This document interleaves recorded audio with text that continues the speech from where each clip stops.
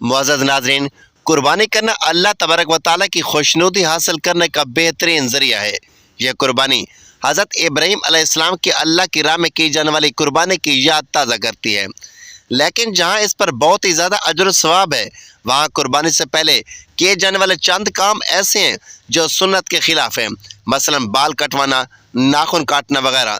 आइए कुरान और हदीस की रोशनी में जानने की कोशिश करते हैं कि हज़ूर नबी करीम सल्लल्लाहु अलैहि वसल्लम ने बाल काटने और नाखून तराशने के बारे में क्या हुक्म फरमाया।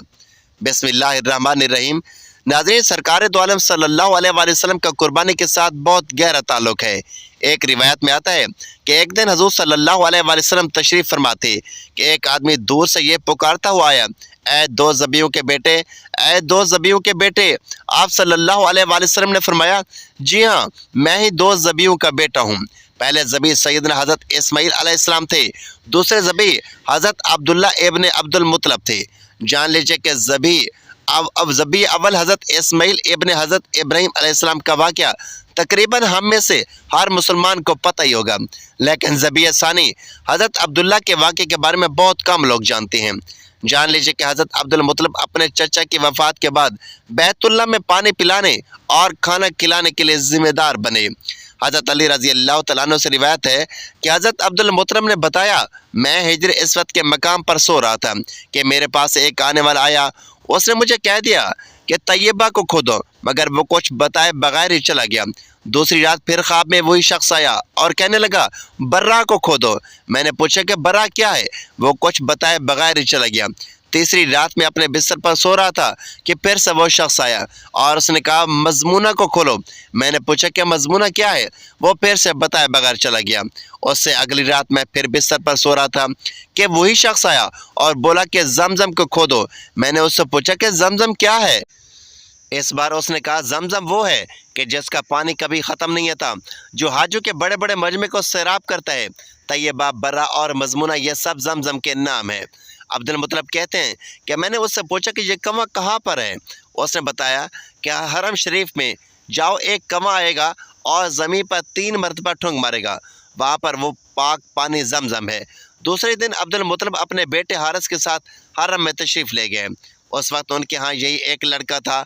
उन्होंने देखा कि थोड़ी सी देर में वहाँ एक कौवा आया और ज़मीन पर 3 मरतबा उसने ठुंग मारे। उस जगह के दोनों तरफ से बुत मौजूद थे।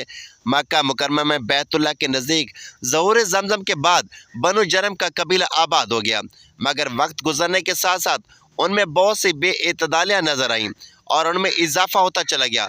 वो बैरून मक्का से आने वाले लोगों पर जुल्म ढाते, लोगों की तरफ से काबा मुअज़्ज़मा के लिए पेश किए जाने वाले तहफ़ और हदिये खा जाते और उम्मत मक्का का ख्याल न रखते। चुनांचे उनकी बेइतदालियों और हज्जाज कराम पर उनके जुल्म और ज़ियादतों की पादाश में अल्लाह तबारक व तआला ने उनको अज़ान इक़्तिदार से महरूम करने और मक्का मुकरमा से निकालने का फ़ैसला किया। तो बनु बकर बिन अब्द मनाफ बिन कनाना और बनी ख़ज़ा ने इन पर हमला किया। बनु जरम शिकस्त से दो चार हुए। उनके सरदार उमर बिन हारिस बिन मजाज ने काबा मुशर्रफा के नफीस और बेशकीमत तहफ़ व हदिये को चाहे जमजम में फेंक दिया और उसे मट्टी से इस हद तक भर दिया कि उसका नाम और निशान मिट गया कि हम तो मक्का के सकूनत और जमजम पीने की सादत से महरूम रहे, बाद में आने वाले भी इससे महरूम रहे और ना पी सकें और अपने कबीले समेत यमन की जानब फरार हो गया। इस वाक़े पर तवील मुद्दत गुजर गई और जमजम का तस्करा उसका महल वक़ूअ तकरीबन 300 साल लोगों के जहन में महव हो गया। अल्लाह तबारक व तआला ने अपने आखिरी नबी के जद्द अमजद सरदार अब्दुल मुत्तलब के इस एजाज़ से नवाजा। पूरी निशानी मिल गई तो अब्दुल मुत्तलब कुदाल लेकर आए और खुदाई के लिए तैयार हो गए। लेकिन इस वक्त कुरैश आ पहुँचे। उन्होंने कहा, अल्लाह की कसम, हम तुम्हें खुदाई नहीं करने देंगे। तुम हमारे इन दोनों बुतों के दरमियान कुआं क्यों खोदना चाहते हो जहां हम उनके लिए कुर्बानियां करते हैं? याद रहे कि जब सरदार अब्दुल मुत्तलब ने चाहे जमजम तलाश के लिए खुदाई शुरू की तो उस वक्त उन लोगों ने रुकावट डालने की पूरी कोशिश की, मगर अब्दुल मुत्तलब को क्योंकि अपने ख्वाब के सच्चे होने का पूरा यकीन था, इसलिए उन्होंने कौम के मुखालफत की परवाह ना की। अब्दुल मुत्तलब ने उनकी बात सुनकर अपने बेटे हारिस से कहा, तुम इन लोगों को मेरे करीब ना आने दो, मैं खुदाई का काम करता रहूँगा, इसलिए कि वो मुझे जिसका हुक्म दिया गया मैं उसको ज़रूर पूरा करूँगा। कुरैश ने जब देखा कि वो बाज आने वाले नहीं तो रुक गए। آخر انہوں نے کھدائی شروع کر دی۔ حضرت عبد المطلب کھدائی کرتے اور حارث مٹی اٹھا کر باہر پھینکتے۔ حضرت عبد المطلب کے دل میں یہ بات آئی کہ اگر میرے زیادہ بیٹے ہوتے تو آج مجھے کسی کی بھی مدد کی ضرورت نہ ہوتی۔ تو اس وقت انہوں نے دعا مانگی کہ اے اللہ، اگر آپ مجھے 10 بیٹے عطا فرمائیں تو میں ان میں سے ایک آپ کی راہ میں قربان کر دوں گا۔ جلدی کنویں کے آثار نظر آنے لگے۔ یہ دیکھ کر انہوں نے اللہ اکبر کا نعرہ لگایا اور پکار اٹھے، یہ دیکھو، یہ اسماعیل علیہ السلام کی تعمیر ہے۔ جب قریش نے دیکھا کہ انہوں نے کنواں تلاش کر لیا تو ان کے پاس آ گئے اور کہنے لگے، عبد المطلب، اللہ کی قسم یہ ہمارے باپ اسماعیل علیہ السلام کا کنواں ہے اور اس پر ہمارا بھی حق ہے، اس لیے ہم اس میں تمہارے شریک ہوں گے۔ تو یہ سن کر عبد المطلب نے کہا، میں تمہیں اس میں شریک نہیں کر سکتا، یہ میرے اکیلے کا کام ہے۔ اس پر قریش نے کہا، تو پھر اس معاملے پر ہم تم سے جھگڑا کریں گے۔ عبد المطلب بولے کہ کسی سے فیصلہ کروا لو۔ انہوں نے بنو سعد بن حذیل کی کہنے سے فیصلہ کروانا منظور کیا۔ یہ کہنا ملک شام کے بالائی علاقے میں رہتی تھی۔ آخر سردار عبد المطلب بن عبد المناف کے کچھ لوگ اور قریش کے ہر قبیلے سے ایک ایک معتبر معزز شخص قافلے کی صورت میں روانہ ہو گئے۔ سفر طویل تھا اور بے آب و گیا ویران سا رات تھا۔ اس زمانے میں ملک حجاز اور شام کے درمیان ایک بیابان میدان تھا، وہاں کہیں پانی نہیں تھا۔ اس میدان میں ان کا پانی ختم ہو گیا۔ سب لوگ پیاس سے بے حال ہو گئے، یہاں تک کہ انہوں نے اپنی موت کا یقین ہو گیا۔ حضرت عبد المطلب کے مخالف گروہ کے پاس کچھ پانی ابھی موجود تھا۔ آپ نے ان سے پانی مانگا تو انہوں نے پانی دینے سے انکار کر دیا اور یہ مجبوری ظاہر کی کہ ہم اس وقت ایسی جگہ پر ہیں جہاں پینے کے لیے مزید پانی دستیاب نہیں، ہم اگر آپ کو پانی دے دیں گے تو ہم خود مشکل میں پڑ جائیں گے۔ اس صورتحال میں عبد المطلب نے اپنے رفقا سے مشورہ کیا کہ اب ہم کیا کرنا چاہیے۔ رفقا نے کہا کہ ہم کیا کہہ سکتے ہیں، آپ جو حکم دیں ہم وہی کریں گے۔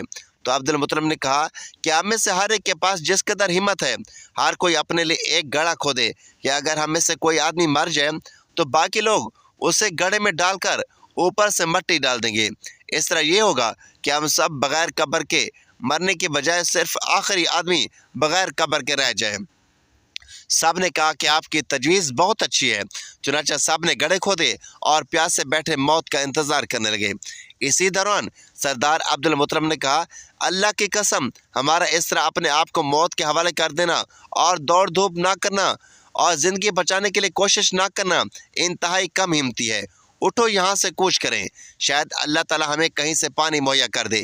چنانچہ انہوں نے ادھر ادھر پانی تلاش کرنے کا ارادہ کیا۔ ان کی یہ بات سن کر سب لوگ کوچ کرنے کے لیے تیار ہو گئے۔ ان کے مخالفین یہ سب منظر دیکھ رہے تھے۔ سردار عبد المطلب اپنی سواری کی طرف بڑھے، اس پر سوار ہو کر روانہ ہوئے تو اللہ کی قدرت سے اونٹنے کے پاؤں نیچے سے شیریں پانی کا چشمہ ابل پڑا۔ پانی کو دیکھ کر سردار عبد المطلب اور ان کے ساتھیوں نے خوشی سے اللہ اکبر کا نعرہ بلند کیا۔ سب لوگ رو گئے، سب نے خوب سیر ہو کر پانی پیا اور اپنے پاس موجود تمام مشکیں اور مشکیزیں بھی پانی سے بھر لیے۔ آپ کے مخالفین نے تو آپ کو پینے کے لیے پانی دینے سے انکار کر دیا، مگر عظیم القدر پوتے حضرت محمد صلی اللہ علیہ وسلم کی اس عظیم المرتبہ دادا اور قریش کے کچھ خسار سردار میں بڑے پن کا مظاہرہ کرتے ہوئے ان لوگوں نے فرمایا کہ ہمارے اللہ نے ہمیں وافر مقدار میں میٹھے پانی مہیا کیا ہے، آؤ تم بھی پانی پی لو اور مشکیزیں بھر لو۔ چنانچہ سب نے خوب پانی پیا اور اپنی ضرورتیں پوری کی اور اپنے اپنے مشکیزیں بھی پانی سے بھر لیے۔ سارا منظر اللہ تبارک و تعالیٰ کی طرف سے سردار عبد المطلب کو ملنے والا اعزاز اور ان کا اخلاق دیکھ کر وہ سب لوگ کہہ اٹھے، اللہ کی قسم، اللہ تعالیٰ نے آپ کے حق میں اور ہمارے خلاف فیصلہ دیا ہے۔ اس نے آپ کو آب زمزم کی سعادت سے نوازا ہے۔ اے سردار، اللہ کی قسم، ہم زمزم کے بارے میں کبھی بھی آپ سے تنازع نہیں کریں گے۔ جس ذات نے آپ کو اس بیابان میں سیراب کر دیا، وہی ذات آپ کو زمزم سے بھی سیراب کرے گی۔ آؤ یہاں سے واپس چلتے ہیں۔ اس طرح قریش نے جان لیا کہ اللہ تعالیٰ عبد المطلب پر مہربان ہے، لہٰذا ان سے جھگڑنا بے سود ہے اور کہنا کے پاس جانے کا بھی کوئی فائدہ نہیں۔ چنانچہ سب لوگ وہیں سے مکہ مکرمہ کی طرف واپس لوٹ آئے۔ واپس آ کر عبد المطلب نے پھر کنویں کی کھدائی شروع کر دی۔ ابھی تھوڑی کھدائی کی تھی کہ مال و دولت، تلواریں اور زرہ نکل آئیں۔ اس میں سونا اور چاندی بھی تھا۔ یہ مال و دولت دیکھ کر قریش کے لوگوں کو لالچ نے گھیر لیا۔ انہوں نے عبد المطلب سے کہا، عبد المطلب، اس میں ہمارا بھی حصہ ہے۔ ان کی یہ بات سن کر عبد المطلب نے کہا، نہیں، اس میں تمہارا حصہ نہیں، تمہیں انصاف کا طریقہ اختیار کرنا چاہیے۔ आओ 500 के तीरों से कुरा डालते हैं। उन्होंने ऐसा करना मंजूर किया। 2 तीर काबा के नाम से रखे गए, 2 अब्दुल मुत्तलब के नाम से रखे गए और 2 कुरैश के बाकी लोगों के नाम से रखे गए। पासा फेंका गया तो मालो दौलत काबा के नाम का निकला, तलवारें और ज़ेर अब्दुल मुत्तलब के नाम के और कुरैश के नाम के जो तीर थे वो किसी भी चीज़ पर ना निकले। इस तरह फैसला हो गया। अब्दुल मुत्तलब ने काबे के दरवाजे को सोने से सजा दिया। जमजम की खुदाई से पहले अब्दुल मुत्तलब ने यह दुआ मांगी थी कि आए अल्लाह, इसकी खुदाई को मुझ पर आसान कर दे, मैं अपना एक बेटा तेरे रास्ते में कुर्बान करूँगा। अल्लाह ताला ने उनकी दुआ और मन्नत को शर्फ कबूलियत बख्शा और उनके 10 या 12 बेटे पैदा हुए, जिनमें से एक जनाबे हज़रत अब्दुल्ला रज़ी अल्लाह तआला अन्हु यानी नबी करीम सल्लल्लाहु अलैहि वसल्लम के वालिद थे, जो कि निहायत खूबसूरत और सब लोगों के हर दिल अजीज़ थे। आप हज़रत अब्दुल मुत्तलब के सबसे छोटे बेटे थे और ना सिर्फ अपने वालिद बल्कि पूरे ख़ानदान के बहुत चहीते थे। हज़रत अब्दुल मुत्तलब को उनसे बहुत मोहब्बत थी। 10 बेटों के पैदाइश के बाद जब तमाम के तमाम जवानी की उम्र को पहुँच गए तो हज़रत अब्दुल मुत्तलब को अपनी मन्नत याद आ गई, तो उन्होंने अपने बेटों को जमा किया और अपनी मन्नत की खबर देकर यह मन्नत पूरी करने को कहा। सब ने वालिद के हुक्म के सामने सर तस्लीम खम किया। कुरानदाजी में उनके 10 बेटों के नाम का कुरा डाला गया।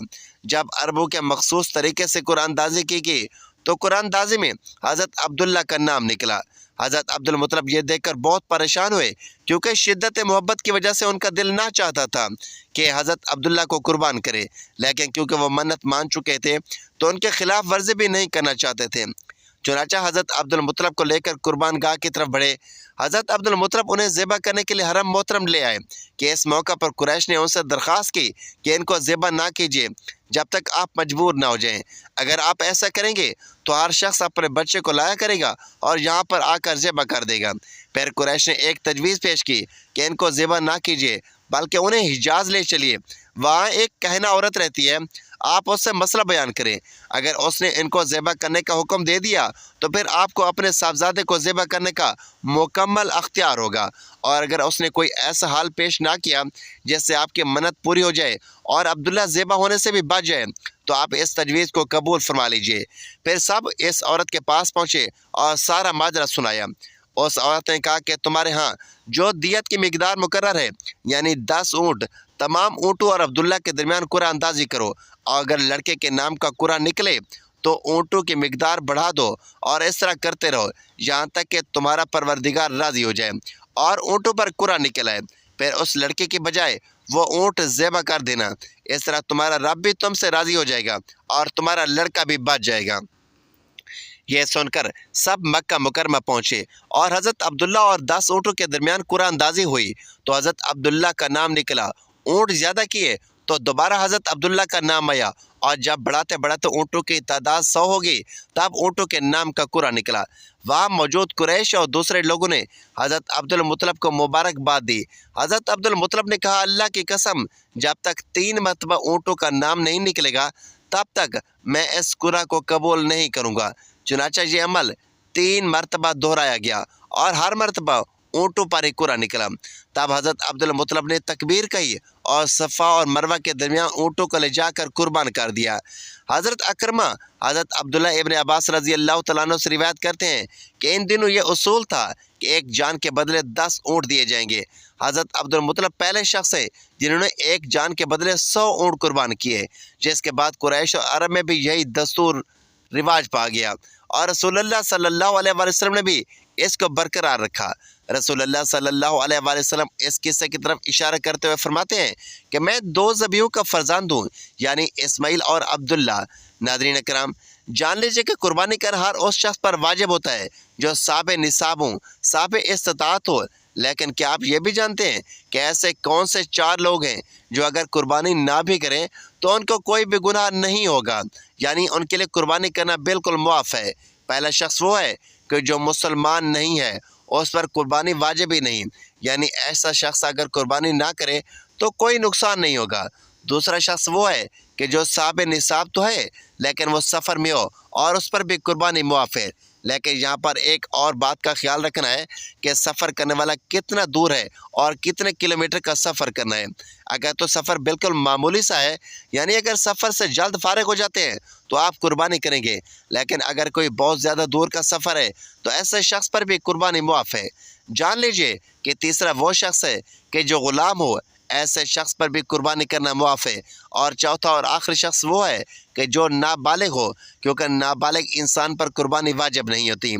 جان لیجئے کہ شریعت کے تمام احکام انسان پر واجب اس وقت ہوتے ہیں جب وہ بالغ ہو جاتا ہے، اسی لیے جو شخص نابالغ ہے تو اس پر قربانی واجب نہیں ہوتی، اسی لیے اسے کوئی بھی گناہ نہیں ملتا، چاہے وہ کتنا ہی دولت مند کیوں نہ ہو۔ ناظرین کرام، جان لیجئے کہ جو شخص صاحب نصاب ہونے کے باوجود بھی قربانی نہ کرے تو اس کے بارے میں اسلام میں بہت سی سخت وعیدیں بیان کی گئی ہیں۔ نبی کریم صلی اللہ علیہ وآلہ وسلم نے فرمایا، جس شخص کے پاس فرصت ہو، یعنی وہ استطاعت رکھتا ہے لیکن پھر بھی قربانی نہ کرے، تو ایسا شخص ہمارے عیدگاہ کے قریب نہ آئے۔ یعنی آپ اس حدیث سے اندازہ لگا سکتے ہیں کہ نبی کریم صلی اللہ علیہ وآلہ وسلم نے اس شخص کے بارے میں کیا فرمایا ہے کہ جو استطاعت رکھنے کے باوجود بھی قربانی نہیں کرتا۔ اس لیے ہرگز ایسا نہیں کرنا چاہیے۔ ہمیں چاہیے کہ ہم اپنے نبی کریم صلی اللہ علیہ وآلہ وسلم کے سکھائے ہوئے دین کے مطابق چلیں، تاکہ اللہ تبارک و تعالیٰ بھی ہم سے راضی ہو اور ہم کسی بھی قسم کے گناہ کے مرتکب بھی نہ ہوں۔ ناظرین محترم، ذوالحجہ کی پہلی تاریخ سے لے کر قربانی کرنے تک، یعنی 10 ذوالحج تک، یا جس دن قربانی کی جائے، ناخن یا بال کا نہ کاٹنا ایک مستحب عمل ہے، خاص طور پر ان افراد کے لیے جو قربانی کا ارادہ رکھتے ہیں۔ حدیث مبارکہ میں ارشاد ہوا، رسول اللہ صلی اللہ علیہ وآلہ وسلم نے ارشاد فرمایا، جب تم ذوالحج کا چاند دیکھو اور تم میں سے کوئی قربانی کرنے کا ارادہ رکھے تو وہ اپنے بال اور ناخن نہ کاٹے یہاں تک کہ وہ قربانی کر لے۔ بحوالہ صحیح مسلم، حدیث نمبر 1977۔ فقہی وضاحت: نمبر 1، جس شخص نے قربانی کا ارادہ کیا ہو، یعنی وہ خود قربانی دینے والا ہو، اس کے لیے مستحب ہے کہ وہ ذوالحج کا چاند دیکھنے کے بعد سے لے کر قربانی کرنے تک اپنے ناخن، بال یا جلد کا کوئی حصہ نہ کاٹے۔ نمبر 2، اگر کاٹ لیا یعنی ناخن یا بال تو گناہ نہیں ہوگا، البتہ افضل عمل کے خلاف ہوگا، یعنی یہ حرام یا مکروہ تحریمی نہیں بلکہ مستحب کے خلاف عمل ہے۔ نمبر 3، یہ حکم صرف قربانی کرنے والے کے لیے ہے، نہ کہ تمام گھر والوں یا بچوں کے لیے۔ نمبر 4، خواتین بھی اگر اپنی طرف سے قربانی کر رہی ہوں تو وہ بھی اس سنت پر عمل کر سکتی ہے۔ نمبر 5، اگر کوئی بھول کر یا مجبوری میں بال یا ناخن کاٹ لے تو اس پر کوئی کفارہ یا فدیہ لازم نہیں، وہ اپنی قربانی اسی طرح مکمل کرے، اس میں کوئی خلل نہیں آتا۔ ناظرین کرام، اللہ تعالیٰ سے دعا ہے کہ اللہ تعالیٰ ہم سب کو قربانی کرنے کی توفیق عطا فرمائے، وہ قربانی اپنی بارگاہ الہی میں قبول و منظور فرمائے، ہمیں 5 وقت کا نمازی بنائے اور مرتے وقت کلمہ نصیب کرے، آمین یا رب العالمین۔ ناظرین، ویڈیو اچھی لگے تو ویڈیو کو لائک کریں، دوستوں میں شیئر کریں، اور اس طرح کی اسلامی اور سبق آموز ویڈیو دیکھنے کے لیے چینل کو سبسکرائب ضرور کیجیے۔ اگلی ویڈیو تک کے لیے اجازت دیجیے، اللہ حافظ۔